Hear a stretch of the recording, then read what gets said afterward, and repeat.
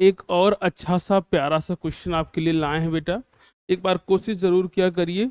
आपको एक रेक्टेंगल दे रखा है बेटा, ये एक रेक्टेंगल है ये, ठीक है। इस रेक्टेंगल में आपको ये साइड यानी ये वाली साइड की लेंथ आपको गिवन है बेटा, ये साइड की लेंथ गिवन है 21, ये साइड की लेंथ भी आपको गिवन है 20, और इस साइड की भी लेंथ आपको गिवन है 30। लेकिन हमें लेंथ क्या निकालना है, इस एक्स का लेंथ निकालना है। आप जो सोच रहे हो बिल्कुल सही सोच रहे हो, एक बार उसी तरीके से क्वेश्चन को करिए, ठीक है। वीडियो को पॉज करिए, जैसा भी सोच रहे हो आप करिए, फिर आगे बढ़िए। चलिए करते हैं इस क्वेश्चन को आराम से। बेटा हमें पता है रेक्टेंगल है तो सारे एंगल 90 डिग्री होंगे बेटा, तो ये एंगल 90 डिग्री है और ये भी एंगल कैसा होगा, 90 डिग्री होगा, ठीक। अब जरा ये सोचिए कि ये टोटल लेंथ कितनी है, 21 है, तो इतनी लेंथ x है, तो ये लेंथ कितनी होगी, तो आप कह सकते हो 21 माइनस एक्स। भाई अगर ये 21 है तो 21 से x माइनस कर दिया हमने, तो ये लेंथ आ गई। अब जरा देखिए हमारे पास एक राइट एंगल ट्रेंगल है इधर, ये एक राइट एंगल ट्रेंगल है जिसमें ये लेंथ कितनी है 20 है और ये लेंथ कितनी है x है। ऐसे बेटा इस तरफ भी एक राइट एंगल ट्रेंगल है जिसमें ये लेंथ कितनी है बेटा 21 माइनस एक्स है, और ये वाली लेंथ कितनी है 13 है। अब जब देखो चूंकि रेक्टेंगल में ब्रेथ तो सेम होगा, तो हमने मान लिया कि यहाँ पे ब्रेथ कितनी है इसकी, ये b है बेटा, ये b होगा तो इस तरफ भी b होगा, यानी आप कह सकते हो कि ये वाली लेंथ भी क्या है b है, और ये वाली लेंथ भी कितना है b है। हमने क्या किया, इधर वाला ट्रेंगल इधर बना दिया और इस तरफ वाला ट्रेंगल इधर बना दिया, ठीक है। अब जब देखिए हम कैलकुलेट करते हैं बेटा, ब्रेथ निकालते हैं। तो आपको पता है कि राइट एंगल ट्रेंगल है तो पाइथागोरस थ्योरम लग जाएगा, तो आप क्या लिख सकते हो कि हाइपोटेन्यूज, हाइपोटेन्यूज हमेशा क्या होता है, जो 90 डिग्री के सामने हो, यानी हाइपोटेन्यूज का स्क्वायर यानी 20 का स्क्वायर इक्वल टू ब्रेथ का स्क्वायर यानी बी का स्क्वायर और प्लस एक्स का स्क्वायर। बस एक क्या है परपेंडिकुलर, एक बेस है, तो हमने इसको ब्रेथ बी ले लिया है, तो बी का स्क्वायर प्लस एक्स का स्क्वायर, ठीक है। तो यहाँ से एक्स को इधर भेज दिया हमने, तो इसको क्या लिख सकते हो 20 का स्क्वायर माइनस एक्स का स्क्वायर इक्वल टू किसके बराबर हो जाएगा, ब्रेथ का स्क्वायर, और ये आपकी हो गई इक्वेशन 1। बेटा ऐसे सेम काम हम यहाँ करते हैं, तो यहाँ क्या लिख सकते हो आप 13 का स्क्वायर, 13 का स्क्वायर इक्वल टू ब्रेथ का स्क्वायर प्लस 21 माइनस एक्स का स्क्वायर, पाइथागोरस थ्योरम। बेटा ये आपका हाइपोटेन्यूज है, तो हाइपोटेन्यूज का स्क्वायर इक्वल टू परपेंडिकुलर का स्क्वायर प्लस बेस का स्क्वायर। इसको इधर भेज दीजिए, तो हम क्या लिख सकते हैं बेटा यहाँ पे कि 13 का स्क्वायर माइनस 21 माइनस एक्स का होल स्क्वायर इक्वल टू किसका हो जाएगा, ब्रेथ का स्क्वायर। ये आपका इक्वेशन 2 है। अब बेटा देखिए ये भी बी स्क्वायर के बराबर है, ये भी बी स्क्वायर के बराबर है, तो हम दोनों इक्वेशन से क्या लिख सकते हैं, क्योंकि दोनों बी स्क्वायर के बराबर है, तो हमने क्या लिख लिया बेटा 20 स्क्वायर माइनस एक्स स्क्वायर, एक मिनट, तो 20 का स्क्वायर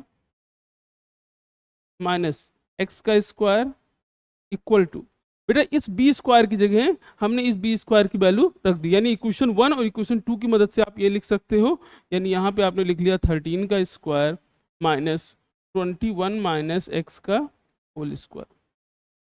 बेटा ओपन कर दीजिए उधर, तो इधर का हो जाएगा 20 का स्क्वायर यानी 400 minus x square equal to 13 का स्क्वायर कितना हो जाएगा 169 माइनस, बेटा यहाँ a प्लस बी का a माइनस बी का होल स्क्वायर लग जाएगा, तो 21 का स्क्वायर कितना हो जाएगा 441 माइनस, ठीक है, plus a square plus b square minus 2ab, ठीक है, तो 2ab करेंगे तो कितना जाएगा 42x। तो यहाँ पे a माइनस बी का होल स्क्वायर का हमने फार्मूला लगा दिया है। बेटा माइनस साइन अंदर जाएगा, जैसे ही माइनस साइन अंदर जाएगा हम क्या लिख सकते हैं 400 minus x square equal to 169, बेटा माइनस अंदर गया तो माइनस का 441 माइनस का एक्स स्क्वायर और प्लस का कितना हो जाएगा ये 42x, ठीक। बेटा आप देखिए सारे वेरिएबल को एक तरफ कर लेते हैं, सारे कांस्टेंट को एक तरफ।